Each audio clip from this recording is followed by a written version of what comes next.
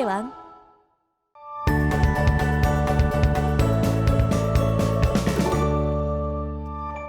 자, 이번 시간에는 충분 조건과 필요 조건에 대해 배울 건데요. 우리가 이 충분 조건이란 용어랑 필요 조건이란 용어랑 상당히 헷갈립니다. 언제 충분이고 언제가 필요인지 헷갈리니까 우리가 요거는 따로 복습을 계속하면서 충분 조건과 필요 조건 구분하는 법을 익숙해져야 됩니다. 자, 일단은 그러면 충분 조건, 필요 조건 뭔지 배워볼 건데요. 우리가 명제 P면 Q이다라는 명제가 있어요. 얘가 참이면 이 P명 Q이다가 참이면 우리는 요렇게 표현합니다. 기호로 참이면 화살표가 이제 짝대기가 2개가 되는 화살표가 되는 거예요. 요렇게 나타내고 얘를 P는 Q이기 위한 충분 조건이라고 표현을 해줘요. 충분 조건. 그러니까 얘가 참인 거랑 이렇게 기호로 쓰는 거랑 충분 조건인 거랑 다 똑같습니다. 자, 그러면 우리가 여기서 진리집합으로도 할 수 있겠죠. 우리가 P의 진리집합이 P라 그러고 조건 Q의 진리집합을 Q라 그랬을 때 얘가 참이려면 요렇게 포함관계가 성립을 해야 되잖아요. 그러면 진리집합이 요런 포함관계가 성립할 때 마찬가지로 충분조건이라고 합니다. 자, 그리고 거꾸로요. Q는 P이기 위한 필요조건이다 라고도 표현할 수 있어요. 지금 얘가 참인 거랑 B가 Q에 속하는 거랑 이렇게 표현하는 거랑 얘가 충분조건, 얘가 필요조건이라고 하는 거 다 똑같은 말입니다. 자, 그러면요. 필요 충분 조건이란 말도 있어요. 얘는 필요 조건이면서 충분 조건인 거예요. 자, 그게 무슨 말이냐? 우리가 명제 P면 Q에 대해서 자, P가 Q이면 지금 P가 Q이면 얘가 참이라는 거예요. 요거는 요게 참이라는 거고 자, 여기는 지금 바뀌었죠? 그러면 뭐예요? 얘는 역이 참인 겁니다. 역 Q이면 P다가 참인 거예요.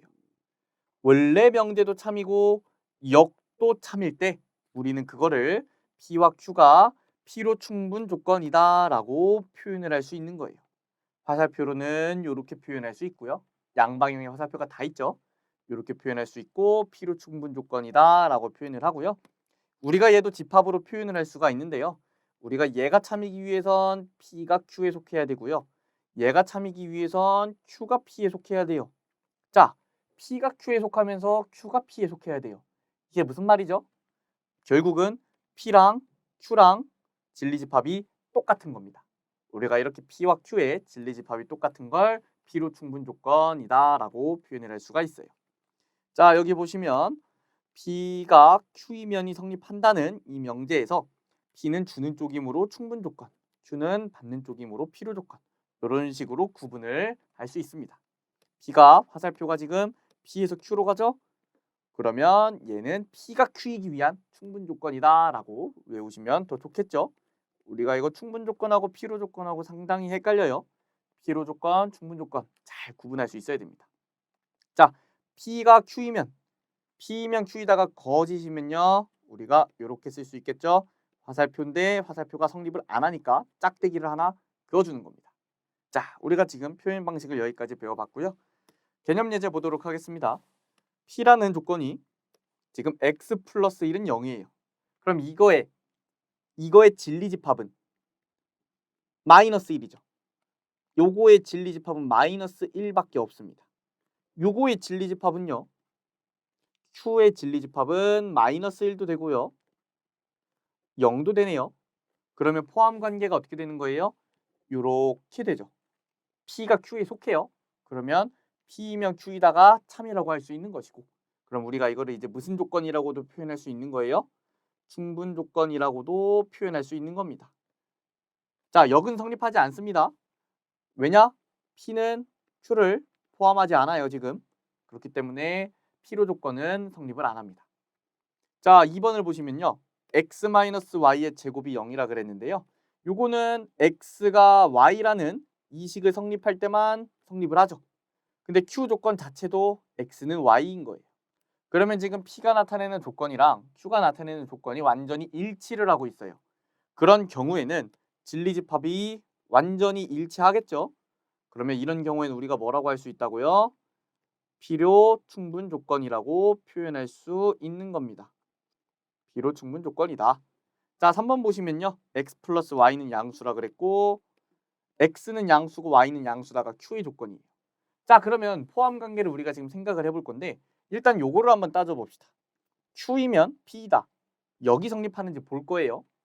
자, x도 양수고 y도 양수예요. 그런데 x 플러스 y가 양수다.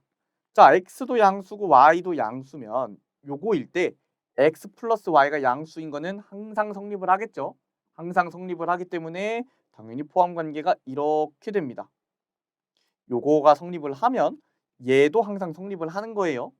자, 그렇기 때문에 요거는 지금 참인 명제고 우리가 이 P면 Q이다를 기준으로 봤을 때는 P로 조건이 일단 성립을 합니다.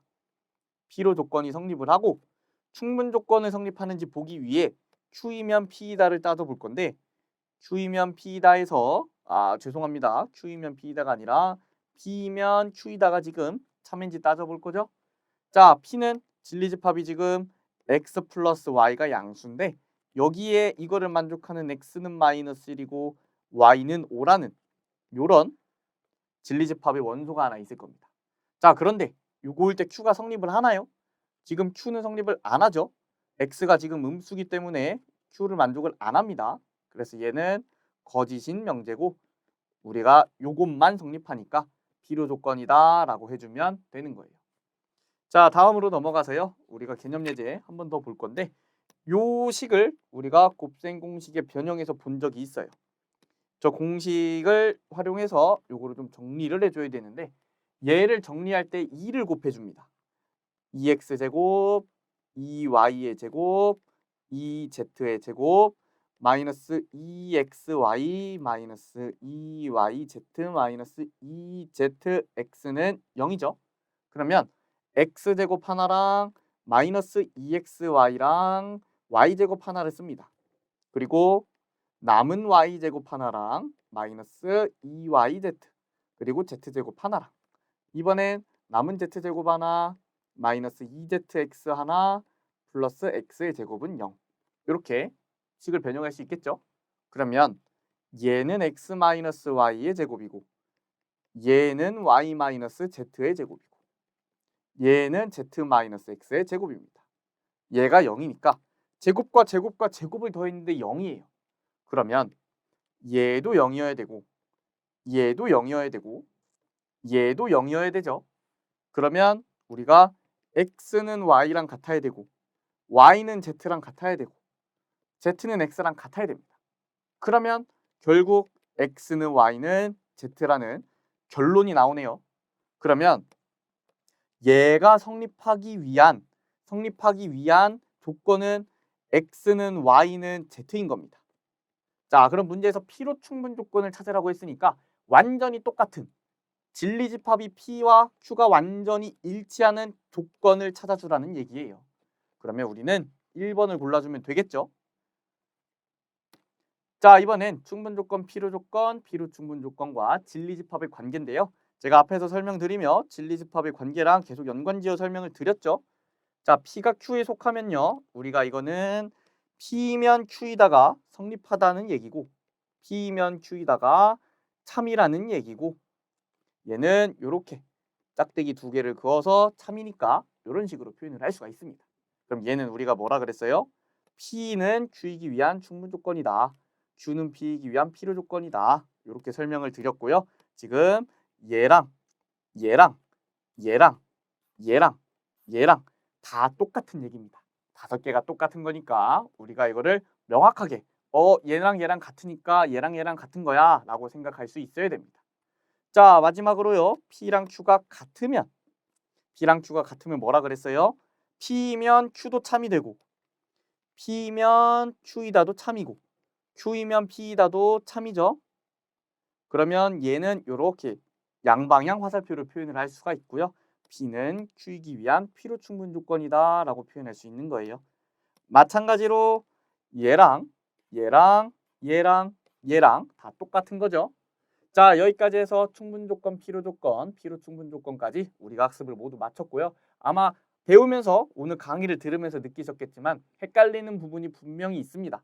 언제가 충분 조건이고 언제가 필요 조건이고 요게 구분 짓는 게 오늘 내용의 포인트니까 복습하면서 꼭 꼼꼼하게 공부하시길 부탁드리겠습니다. 자, 오늘 강의는 여기까지입니다. 감사합니다.